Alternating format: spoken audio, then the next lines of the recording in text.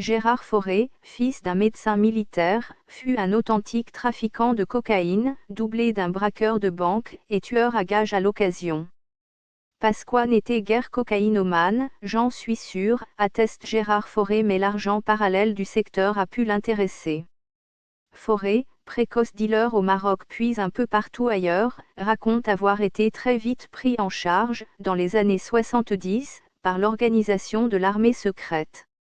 Initialement dédiée au maintien de l'Algérie française, l'OAS changera très vite de fusil d'épaule, opérations Homo, assassinats ciblés, contre des indépendantistes basques, corses, algériens, tunisiens, camerounais et marocains, irlandais ou sud-africains, mais aussi braquage de banques. Le service d'action civique, SAC, prendra ensuite le relais. Fauré, fort de ses compétences en la matière, met la main à l'ouvrage. La recette Pasqua consistait à constituer des mouvements patriotiques, en vérité violents, avec des voyous peu recommandables. Comment les rémunérer? Tout simplement avec l'argent provenant de gros braquages de banques et de bijouterie, commis en toute impunité. Avec Pasqua, tout était possible, du moins pour les membres du SAC. Patriote, certainement prêt à mourir pour son pays, il gardait en revanche un œil attentif sur les caisses du parti.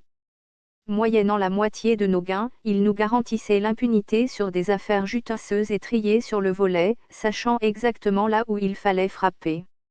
L'auteur narre ainsi sa rencontre avec le politique, qu'il situe en 1978. Charles Pasqua donnait de sa voix tonitruante des ordres à tout le personnel, toutes les têtes brûlées de France et de l'Algérie française.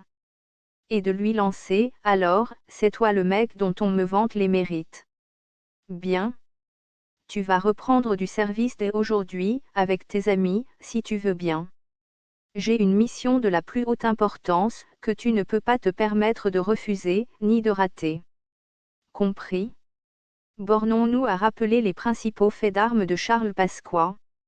De 1964 à 1969, il est le patron du service d'action civique, SAC, la tristement célèbre milice du parti gaulliste. Pasqua serait soupçonné d'avoir orchestré plusieurs attentats terroristes sous fausse bannière avec la Main Rouge et le groupe Charles Martel, le Galou Ipa Retarac puis plus tard les GIA algériens. De 1968 à 1981, les membres du SAC auront des ennuis avec la justice pour coups et blessures volontaires, port d'armes, escroquerie, agression armée, fausse monnaie, proxénétisme, racket, incendie volontaire, chantage, trafic de drogue, hold-up, abus de confiance, attentats, vols et recels, association de malfaiteurs, dégradation de véhicules, utilisation de chèques volés, outrage aux bonnes mœurs. François Audigier, Histoire du SAC, édition. Stock, 2003, p. 462. Avant 1968, la soumission de la justice était telle qu'aucune instruction n'a pu être menée.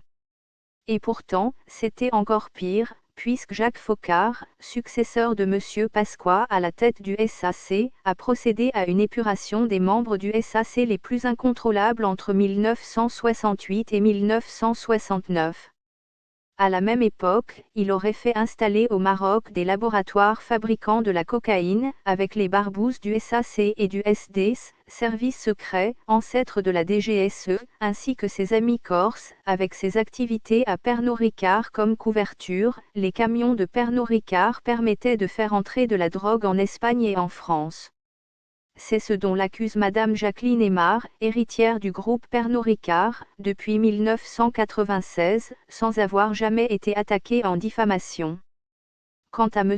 Hicham Mandari, ancien conseiller du roi, il affirme, sans avoir été attaqué non plus, qu'Hassan II avait interdit à la gendarmerie marocaine de contrôler les camions Pernod Ricard.